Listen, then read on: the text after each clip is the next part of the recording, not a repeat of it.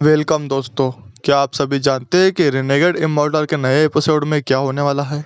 Episode के preview में हमें बहुत सारी चीज़ें दिखाई गई है, जिसमें सबसे पहले वोंगलिन डालू सोल्ड सेक्ट के 2 डिसाइपल के साथ में फाइट करेगा। ये डिसाइपल भी वोंगलिन के ऊपर अटैक करते हैं, पर वोंगलिन इन दोनों को जान से मार देगा और उन सभी मैजिकल फ्रूट को अपने लिए ले लेगा। इसके बाद में लिंग तियानहाओ एक आदमी से अपने सभी 12 स्टूडेंटों को प्रोटेक्ट करने के लिए कहता है। जिस तरह से ऑल शेयर के 7 डिसाइपल है जो कि अलग अलग 7 डिवीजन से आते हैं, उसी तरह से लिंग तियानहाओ के भी 12 ट्रू डिसाइपल है और इन 12 डिसाइपल के पास में जो अलग अलग 12 क्रिएचर की स्पिरिट दिखाई गई है, ये सभी सॉल्ड स्पिरिट है जो कि लिंग तियानहाओ ने इन सभी को दी है। और इन सभी 12 डिसाइपल में सबसे ज़्यादा पावरफुल वो है जिसके पास में ड्रैगन की स्पिरिट है।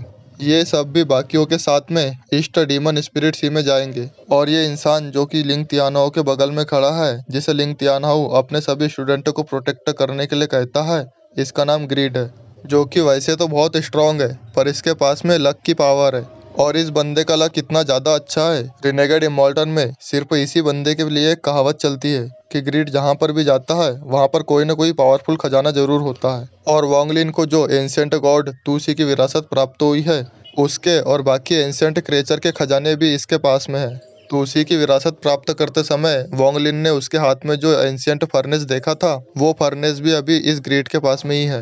डीमन स्पिरिट सी में वोंगलिन को इसके बहुत सारे खजाने मिलते हैं। डीमन स्पिरिट सी के अंदर इन सभी 12 डिसाइपल में से सिर्फ एक ही जिंदा बचता है और बाकी सभी को मारकर वोंगलिन उनके स्पिरिट सोल्ड ले लेता है। प्रीव्यू के आगे हमें जो एक खूनी सिंहासन पर बैठी हुई लड़की दिखाई गई है, उसका नाम याओ जिक्सु है, जो कि ब्लड गॉड की बेटी है। और ये ब्लड गॉड बहुत ही ज़्यादा पावरफुल कल्टिवेटर है और उसने ऑल शेयर से भी बहुत बार लड़ाई करी है और हर बार वो पिछले बार से ज़्यादा पावरफुल होकर लड़ाई करता था। इसके वजह से ही वोंगलिन को डीमन स्पिरिट से में बहुत सारे खजाने मिलेंगे, पर क्योंकि ये वोंगलिन को मारने की कोशिश करती है, इसलिए वोंगलिन इसकी आत्मा को अपने कब्जे में कर लेता है, इसलिए ब्लड गॉड इसे मारने की कोशिश करेगा।